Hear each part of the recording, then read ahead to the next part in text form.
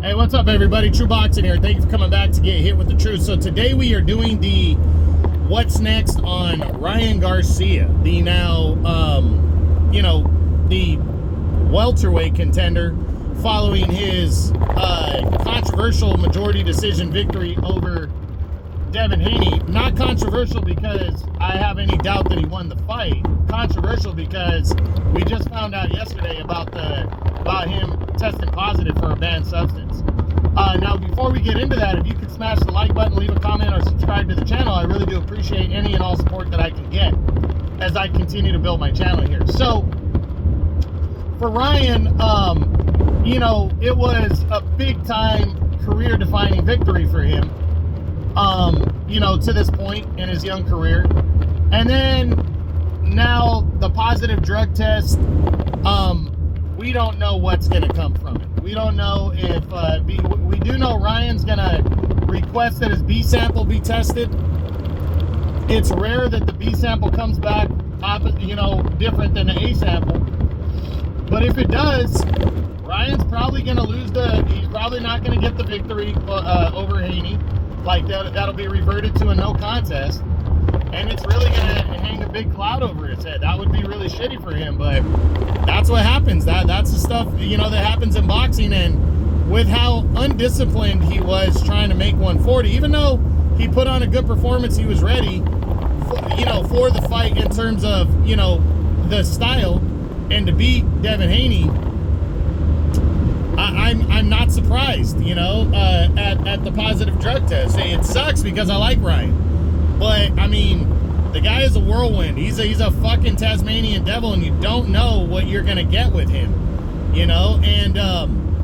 and it's sad if that's the case. Now, it could not be, but either way, let's look at what's next, what possibly could be next for Ryan Garcia, because no matter what, he's a huge name, and now we know he's probably moving to welterweight unless he fights somebody at a catchweight, between junior welter and welter.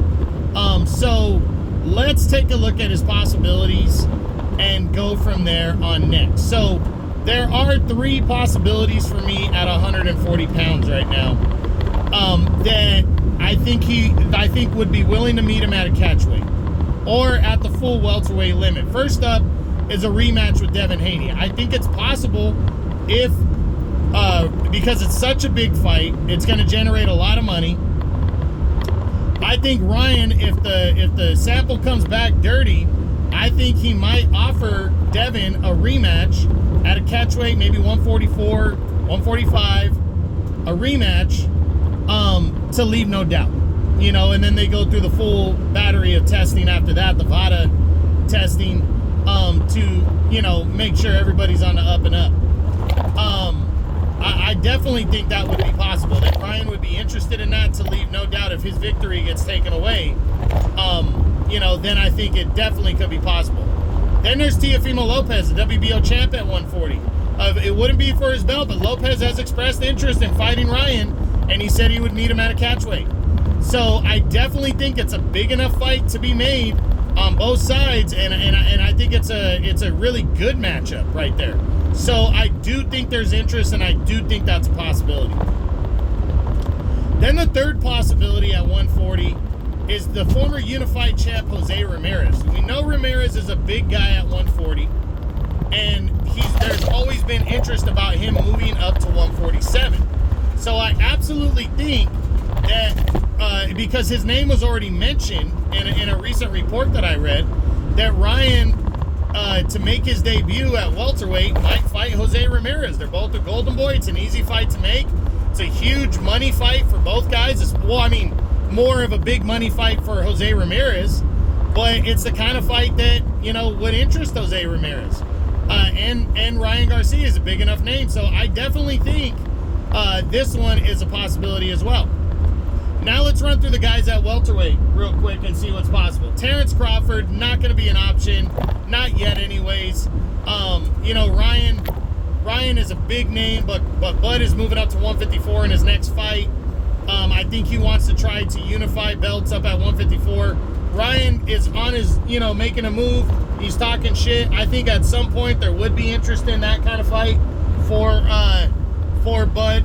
but right now I don't see it happening. Then Errol Spence Jr. Errol Spence, another guy on his way to 154. I think at some point Ryan would have some interest in this fight, and I think the fight would have some legs to it, but I don't see it happening next. Boots Ennis, champion at 147. It's an intriguing ass battle. I think Ryan would want to build towards this fight first, but I do see this fight down the line. I just don't see it next. Keith One-Time Thurman. I mean, I'm sure Ryan would welcome this fight all day, and I think Keith Thurman would welcome the fight all day because he's still a big name, a former champ, and he really only wants to fight big money fights, does Keith Thurman. So that's what you got here in Ryan. And honestly, I wouldn't move it past Ryan that this could be his debut fight at 147, like officially at 147, because it's a big name and it's a big money fight. So I could see that one for sure. Mario Barrios. I absolutely think this fight is a possibility as well, especially if Mario Barrios gets upgraded to full champion, which it looks like he's going to, at least after Crawford officially declares himself a super welterweight after his fight on August 3rd against Ismail Madrimov. I really think if Barrios is still the champ, I think he's tailor-made for Ryan, and I think Ryan would love to go after him, to secure his first official world title. I definitely could see that fight. Imanta Stanionis. I don't see it as much as the Barrios fight because it's not as appealing. Stanios doesn't have the name, that Barrios has, or the appeal, but he does have a world title, and I think he's in the same position as Barrios in terms of Crawford's going to end up giving up that belt at 147, and Stanionis, as long as he gets by my straight this weekend on the Canelo undercard, Stanionis is right there to get a crack at, is right there as an official world champion. So I do think maybe Ryan might have some interest there, but I think Barrios is the more likely option. Giovanni Santillan. I believe Santillan is with Gold. No, he's with Top Rank. That's right. Santillan is a Top Rank guy, but he is the #1 contender at 147 right now.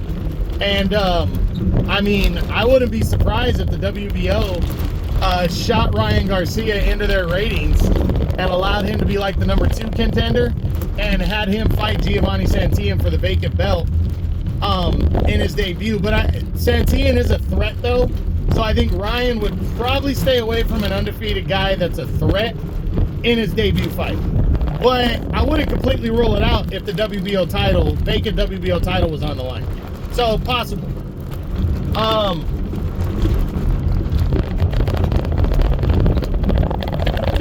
Then you got Cody Crowley. Well, Crowley seems like he's in line to fight Boots Ennis next for the IBF title, but that's not 100% confirmed. So we got to wait and see. But I definitely could see Ryan and Crowley fighting, but it wouldn't be for a world title. Golden Boy would have to work with the PBC. So unless it be like on a Saudi Arabia card, I don't see this one coming together. Yordenis Ugas, the former world champ. He got beat down against Mario Barrios. They would have to work with the PBC, but I think the PBC would lay down for Ugas to get a fight with Ryan.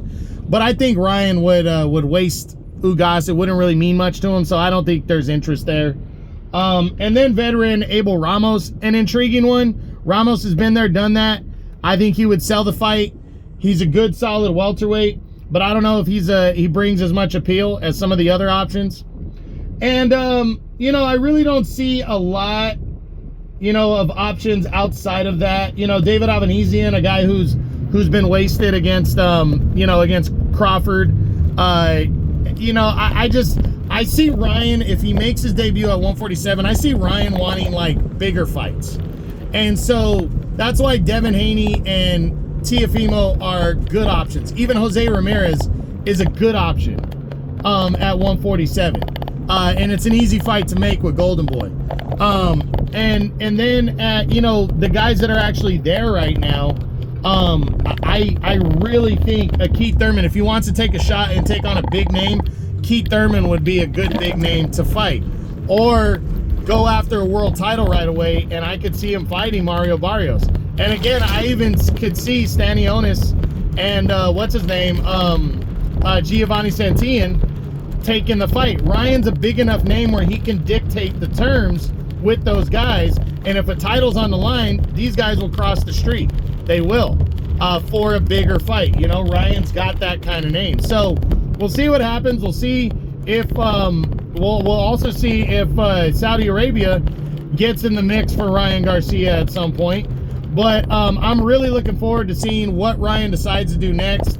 I hope the B sample comes back positive for him, but I got a feeling it's not going to. But he's still going to be a big name fighting at welterweight and making a splash there. So that's it. That's what I got. That's my what's next for former world title challenger. Well, no, he's not a world title challenger. for top face of one of the bigger names in boxing right now, welterweight contender. There you go. That's the right term. Welterweight contender Ryan Garcia, following his decision victory over Devin Haney in the biggest win of his career for now, back on April 20th on DAZN pay-per-view. So I hope you enjoyed the video. If you did, smash the like button, leave a comment, or subscribe to the channel. I really do appreciate any and all support. This is True Boxing. You've been hit with the truth.